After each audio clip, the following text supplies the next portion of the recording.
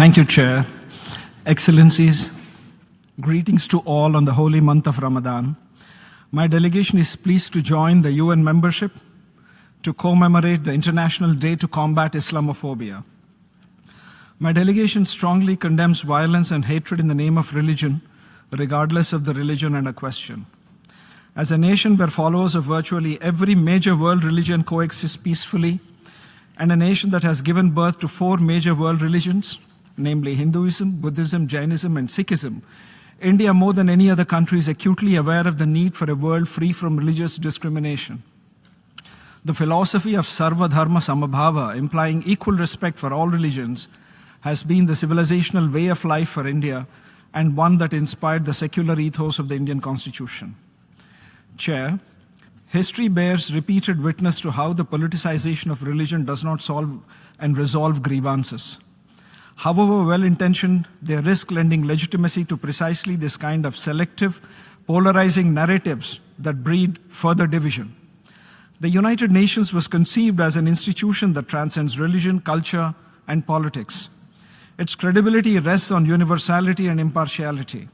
We therefore urge caution against frameworks that exclusively focus on one faith without addressing the broader phenomenon of religiophobia in all its manifestations.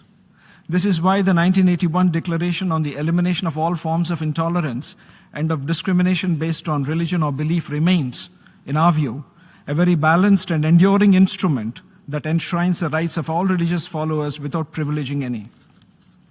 The United Nations' greatest contribution to peace and human dignity lies in its efforts to maintain international peace and security, bringing everlasting peace in conflict situation, its development work and humanitarian action, and its promotion of universal human rights, work that is conducted without regard to the faith of those it serves.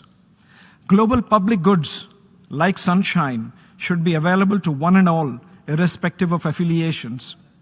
The UN has built its credibility through tireless work on conflict resolution, poverty alleviation, and protection of civilians. We urge the UN to remain anchored to this founding spirit. I stress that it is important for the UN to take note of the rising trend and dangers of weaponizing religious identity and instrumentalizing it to serve narrow political ends by state and non-state actors alike. India's western neighbor is an excellent example of fabricating imaginative tales of Islamophobia in their neighborhood.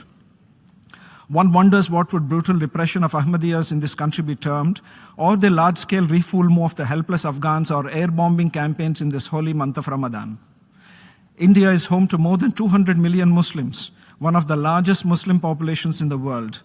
The Organization of Islamic Cooperation, which our western neighbor has systematically attempted to weaponize against India, has repeatedly made false and baseless allegations against my country. Muslims in India, including those in Jammu and Kashmir, elect their own representatives to speak for them. The only phobia evident here appears to be directed against a multicultural and peaceful coexistence that all communities in India enjoy, including Muslim communities. Such narratives run counter to India's fundamental ethos and reflect instead the sectarianism and the terrorist mentality that this country has perpetuated since its inception. That is the real issue at hand. As we observe the International Day to Combat Islamophobia, India reaffirms its commitment to a world free from religious hatred and violence in all its forms.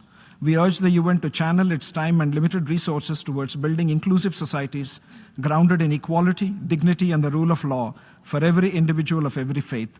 Thank you, Chair. If you like this video, then like, share, and subscribe to Mirror Now.